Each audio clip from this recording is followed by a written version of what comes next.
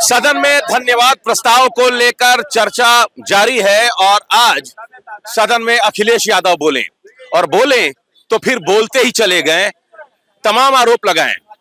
जो सबसे बड़ा सवाल उन्होंने उठाया वो ईवीएम का उठाया।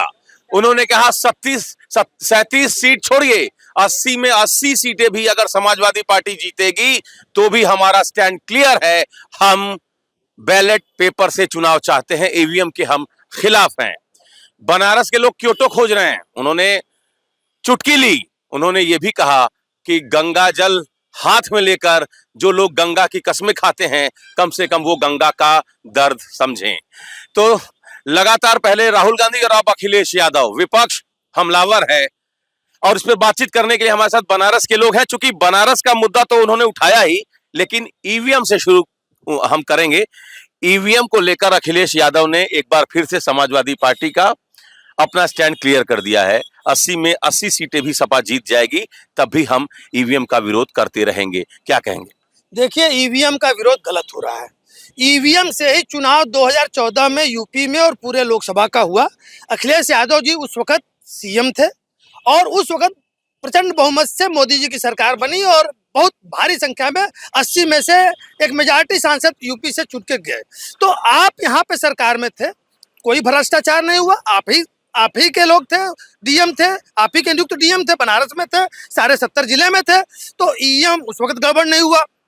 19 में भी हुआ तो आप हार गए बुरी तरह, तो ईवीएम को उलाहना देने लगे। फिर आप जब इस साल भी तो आप मेजॉरिटी में 30-35 सीट लाए हैं। तो ईवीएम से देखिए बहुत चीजें, आप ईवीएम से आप समझिए कि कागज की कितनी बचत होती है। जब आप पेपर से चुनाव कराएंगे तो ये जो महंगाई यदि 10% 15% हर बार सन 52 से देश गवाह है कि चुनाव के बाद महंगाई बढ़ी है, चाहे कोई सरकार रही हो। तो यदि आप महंगाई को बेतहाशा और उसको भभक्का मारना चाहते हैं और आग लगाना चाहते हैं तो पेपर से चुनाव कराइए। ये पेड़ जो 2-4 दिख भी रहे हैं ये भी अच्छा, ये आपको नहीं लग रहा हल्का लॉजिक है? आपको नहीं लग रहा है कि ईवीएम से लगातार चुनाव हो रहा है और महंगाई काबू में है ही नहीं? तो जब कागज की बचत है, पेपर की बचत है, तो महंगाई तो कंट्रोल में रहना चाहिए ना? महंगाई तो कंट्रोल में है। आप किस चीज की महंगाई की बात कर? देखिए, महंगाई यदि आप प्रोपोर्शनली देखिए, चार्ट के साथ महंगाई की बात आप करेंगे, जैसे प्याज इस वक्त महंगा हो रहा है, दाल महंगा हो गया, लेकिन बाकी चीजें आप कांग्रेस शासित 2004 से लेकर 14 का कैलकुलेट कर लीजिए, टेबलिंग कर लीजिए, हर सामान किस प्रोपोर्शन में बढ़ा है। ठीक है, हम उसमें भी आएंगे। ईवीएम का विरोध कर रहे हैं अखिलेश यादव 37 सीटें जीतने के बावजूद। वह दावा ये साबित हो गया ना कि झूठा है। भाई वो लोग विरोध कर रहे थे, लेकिन इस बार तो साबित हो गया कि ईवीएम गलत नहीं है। इस बार तो सीटें ज्यादा आई उनकी है। तो फिर भी कह रहे हैं कि हम ईवीएम हटाने के पक्ष में हैं। इसलिए कह रहे हैं डिफेंड करने के लिए। वो डिफेंड करने के लिए कह रहे हैं कि हम कह चुके हैं इतने दिन से कि ईवीएम गलत है, इस बार नहीं कह रहे हैं कि गलत है। क्या कहेंगे आप? उनकी केवल नाटकबाजी है, विपक्ष में है, बोलना है, विरोध करना है, क्या कह देंगे, कहते रहेंगे, इसका कोई मतलब नहीं। क्या भाई साहब, इसका कोई मतलब नहीं है क्या? अमेरिका जैसा देश जो विकसित देश है वो भी ईवीएम का विरोध करता है। वहाँ ईवीएम बैन है, वहाँ ईवीएम बैन है। हमारे साथी भाई साहब ने कहा कि कागज की बचत होगी। विकास के नाम पे आप अरबों अरब पेड़ कटवा दिए, जिसका नतीजा है कि बनारस नए हिंदुस्तान में हर जगह 12, 50 डिग्री सेंटीग्रेड, 51, 48, 49 रहा। और हमारे राष्ट्रीय नेता अपने जन्मदिन पर घोषणा किए कि हम पीडीए पेड़ लगाएंगे पर्यावरण के लिए, उसकी सुरक्षा के लिए। हमें कुछ कहना नहीं है। इतना जान लीजिए कि 80 में 80 जीते हैं, फिर भी कह रहे हैं, लोकसभा में कह रहे हैं कि 80 में 80 जीतेंगे तब भी विरोध करेंगे, क्योंकि हम लोग चोर को चोर करने वाले हैं। क्या कह रहे हैं? ईवीएम पर फिर से विरोध। देखिए, अखिलेश यादव एक जो है सुलझे हुए नेता हैं और इस बार तो विपक्ष को मौका मिला है अपनी बात रखने के लिए। तो आज तो उन्होंने सदन में साफ कर दिया, अपनी बात पर उन्होंने अटल है कि अगर मुझे 80 के 80 सीटें मिलती हैं, उसके बाद भी हम ईवीएम का विरोध कर रहे थे और आगे भी करते रहेंगे। अच्छा, अगर जहाँ तक पेपर बचत की बात है, हाँ, चलिए वो तो कोई बहुत उसमें इशू नहीं है।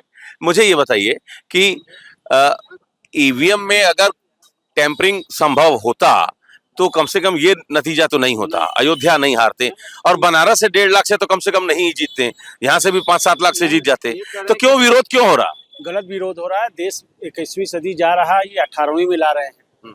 अगर आप बैलेट से करेंगे उसमें पानी डाल देंगे खत्म हो जाएगा। बूथ कैप्चरिंग ईवीएम में बूथ कैप्चरिंग होता नहीं। लेकिन जब साइंस युग में हैं तो आप आगे बढ़िए। अमेरिका क्या करता है उससे क्या मतलब है।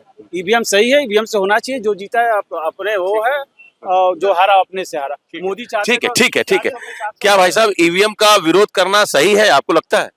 ईवीएम का विरोध करना एकदम 100% सही है, करना चाहिए। मेरी सीट आई इसलिए जहाँ जहाँ सेंटर बनाए गए थे वहाँ 20-20 लोगों का पैनल बना हुआ था। डे नाइट हम लोग ड्यूटी कर रहे थे, उसकी सुरक्षा किए। इसके बाद यह आया जहाँ पर हम लोग नहीं कर पाए वहाँ पर इनकी सीट निकली है। जहाँ पर हम लोग देख नहीं पाए वहाँ पर इन्होंने वो जो है इनकी सीट निकली है। अब विजयी घोषित हुए हैं। बनारस में आप देख लीजिए, हम मजबूती से लड़े थे। ये जो है चुनाव हारे हैं बनारस से। इनको जबरदस्ती 1,00,000-1.5 वोटों से जिताया गया है। मैं जब 8,000 वोटों से आगे चल रहा था तो यही अमित शाह, ये यहाँ के डीएम अधिकारी जितने थे सभी लोगों को फोन करके ये देखिए, बात लॉजिकल होना चाहिए। ये बात रेशनल तरीके से हम आपके पास आएंगे। पहले हम और लोगों से भी लोग हैं ईवीएम आएंगे हम आएंगे। एक मिनट, हाँ, लॉजिकल में आ रहे हैं। हाँ। जब ईवीएम से है, हाँ। ईवीएम का कारण था समय का बचत। तो काउंटिंग में इतना विलम्ब क्यों? नहीं काउंटिंग तो नहीं 2:30 बजते नतीजा आ गया। नहीं, काउंटिंग में विलम्ब हुआ है। काउंटिंग में विलम्ब हुआ है। हमारे नेता और राहुल गांधी जी बार-बार चुनाव आयोग को कह रहे थे काउंटिंग विलम्ब क्यों हो रहा है, क्यों काउंटिंग नहीं चल रही है। 3 बजे तक चुनाव आज जो लॉजिकल, एक मिनट में पाइए, लॉजिकल की बात क्या कहना चाह रहे हैं? बताइए लॉजिकल क्या सुनना चाहते हैं, बताइए। मैं बताऊं लॉजिकल क्या? बताइए, बोलिए आप। मैं ये कह रहा हूँ कि अगर सारे सत्ता शासन प्रशासन पर इनका पकड़ था तो ये 300 सीट भी ला सकते थे। अगर डीएम कमिश्नर ही नतीजा दे देते तो 300 सीट क्यों नहीं ला पाएंगे? बहुत सही, मैं सख्त था। आप मैं अपनी बात, सख्त था। ठीक है, मैं आऊंगा आपके पास। आप बताइए ईवीएम का विरोध कितना सही? ईवीएम में गड़बड़ी के वजह से मैं बता दूं आपसे, ईवीएम के वजह से इस पूरे देश में जो सरकार बन रही हो, चाहे उत्तर प्रदेश की हो चाहे केंद्र सरकार की हो, ये ईवीएम की वजह से हो रही है। जिस दिन बैलेट पेपर से चुनाव होगा उस दिन भाजपा जमीन में गड़ जाएगी, कभी वापस नहीं आएगी। मैं लिख के दे रहा हूं, चाहे जहां पूछ लीजिए। ठीक है, आपका क्या स्टैंड है ईवीएम के विरोध पर? देखिए, ईवीएम पर विरोध था, ईवीएम पर विरोध है और ईवीएम का विरोध रहेगा। रह गई बात कागज की बात कि कागज इन्वेस्ट होता है, बहुत नुकसान होता है। विकास के नाम पर इस देश में खरबों पेड़ काट दिए गए। पारा हमारा 42 से 48 पहुंच गया, 52 तक पहुंच गया। इसके बावजूद अगर हम इस तरीके की बात करें तो ये बातें हमें नहीं समझ में आती। रह गई बात ईवीएम के प्रयोग की, तो इतने दिनों से जब चल रहा है और सारा विपक्ष कह रहा है, सारे लोग कह रहे हैं, तो इसको स्वीकार करने में सरकार का जाता क्या है? ठीक बात है। जब विपक्ष एक मत है और ये कह रहा है कि सारी सीटें हमको मिल जाए तब भी हमारा स्टैंड क्लियर है, तो सरकार उस पर विचार करना चाहिए। ठीक है, अब बनारस के मुद्दे पर आ जाएं। बनारस के मुद्दे पर अखिलेश यादव ने चुटकी लेते हुए, कटाक्ष करते हुए ये कहा सदन में कि बनारस के लोग क्योटो खोज रहे हैं।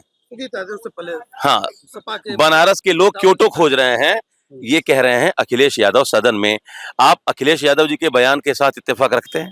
बिल्कुल पुष्टि करते हैं। क्योटो बनाने के लिए कहा था, ये टोटो का शहर बन गया है। यहाँ चलना मुश्किल हो गया है। आप 10 कदम चलने में हाँफ जाएंगे। ठीक है, मंदिर बनाया, सारी चीजें बनाए, लेकिन जब पब्लिक सड़कों पर चल नहीं पाएगी तो फिर किस बात का क्योटो? क्योटो क्या यही क्योटो का सपना था? आज पिछले दिनों बारिश हुआ, एक दिन की बारिश से पूरा शहर जलमग्न हो गया। तो ऐसी स्थिति में क्योटो का सपना कहाँ? आज बनारस की कचहरी है, देख लीजिए क्या स्थिति है। पूरा गंदगी का अंबार है।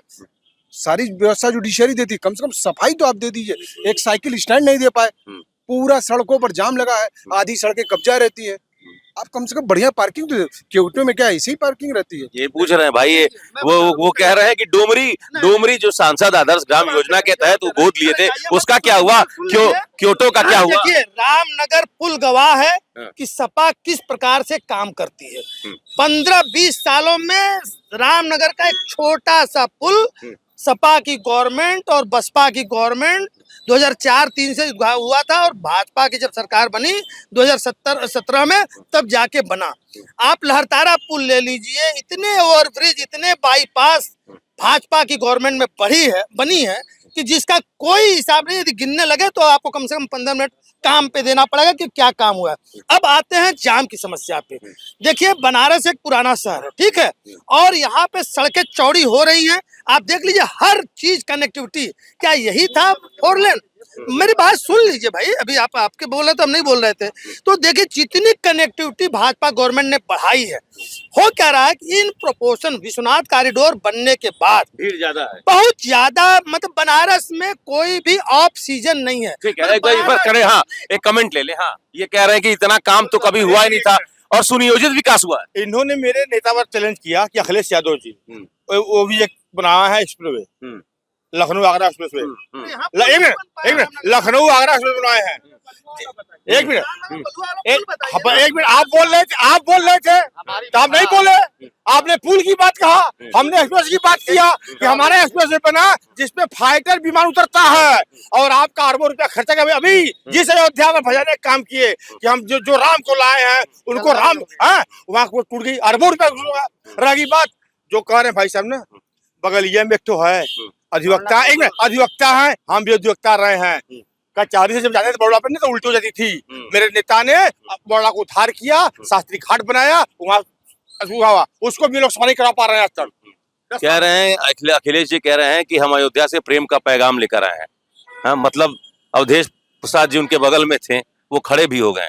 अयोध्या कमजोर न सके बीजेपी की, जब जब दबाते हैं अखिलेश या राहुल, बीजेपी परेशान हो जाती है। ऐसा नहीं है, इन लोगों की औकात नहीं है कि अयोध्या के नाम पर या अन्य के नाम पर बीजेपी के दबा दें और हल्के हो जाएं। ये लोग एक अवसर मिल गया है, इसमें बोलने लायक हो गए हैं। नहीं, इसके पहले इन लोगों को बोलती नहीं निकलती थी, और फिर देखेगा, फिर बोलती इनकी बंद हो जाएगी। विपक्ष इतना हमलावर कभी नहीं था। कल राहुल गांधी बोलते रह गए, आज अखिलेश यादव बोले। आपको लगता है कि विपक्ष सत्ता पक्ष को घेरने में कामयाब रहा? कामयाब नहीं रहा, ये केवल सपना है। थोड़ा बहुत दिक्कत हो गई, थोड़ी सीटें ज्यादा आ गई, फिर से भाजपा ही आएगी। इसलिए कि एडमिनिस्ट्रेशन के नाम पर, प्रशासन के नाम पर ऐसा शासन आपको कभी नहीं मिला इसके पहले। ठीक है, कह रहे हैं कि थोड़ी सीटें ज्यादा आ गई विपक्ष को, विपक्ष उछल रहा है। देखिए, अभी सरकार के लोग खुद ही अभी यहीं पे उछलने का काम कर रहे हैं। जिसे उन्होंने कहा कि अयोध्या की जीत कर रहे हैं, अयोध्या की जीत अखिलेश यादव जीत गए क्या? अयोध्या की जनता ने जिताने का काम किया है। जिस तरीके से वहां पे विनाश का कार्य जारी हुआ है कि वर्तमान की सरकार को वहां के अधिकारियों को सस्पेंड करना पड़ा, जिस तरह से जलमग्न हो गया है, जगह जगह चूर है, दीवारें ढह जा रही है, वही वजह है। क्या बोल रहे हैं? देखिए, टिकट बदल जाएगा, माहौल बदल जाएगा। निश्चित रूप से भाजपा ने कुछ टिकट वितरण में कुछ निकम्मों को, या जो जनप्रिय नहीं थे, जो थोड़ा सा परिक्रमा कर रहे थे, वो टिकट पाने में सफल रह गए। और वो टिकट वितरण में जो गड़बड़ियां हो गई, उसको चूंकि 10 साल से, देखिए हुआ क्या कि 14 में जो टिकट पाया मोदी लहर में जीत गया, 17 में जो टिकट पाया जीत गया, 22 में जो टिकट पाया जीत गया। तो लगातार ऊपर के लीडरशिप को लगा कि हम जिसको दे देंगे वो हो जाएगा। वो गलतफहमी टूट गई। ये गलतफहमी टूटी है, उसका विकास से कोई मतलब नहीं है। ठीक है, आप क्या बोल रहे हैं? विकास से कोई मतलब नहीं है।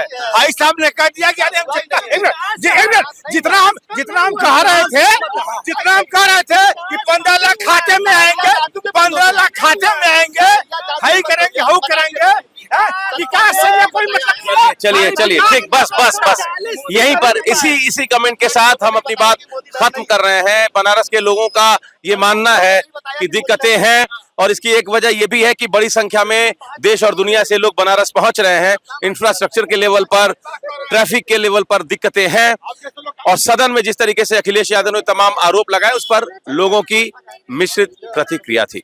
Amit Singh, TV9 UP, Varanasi.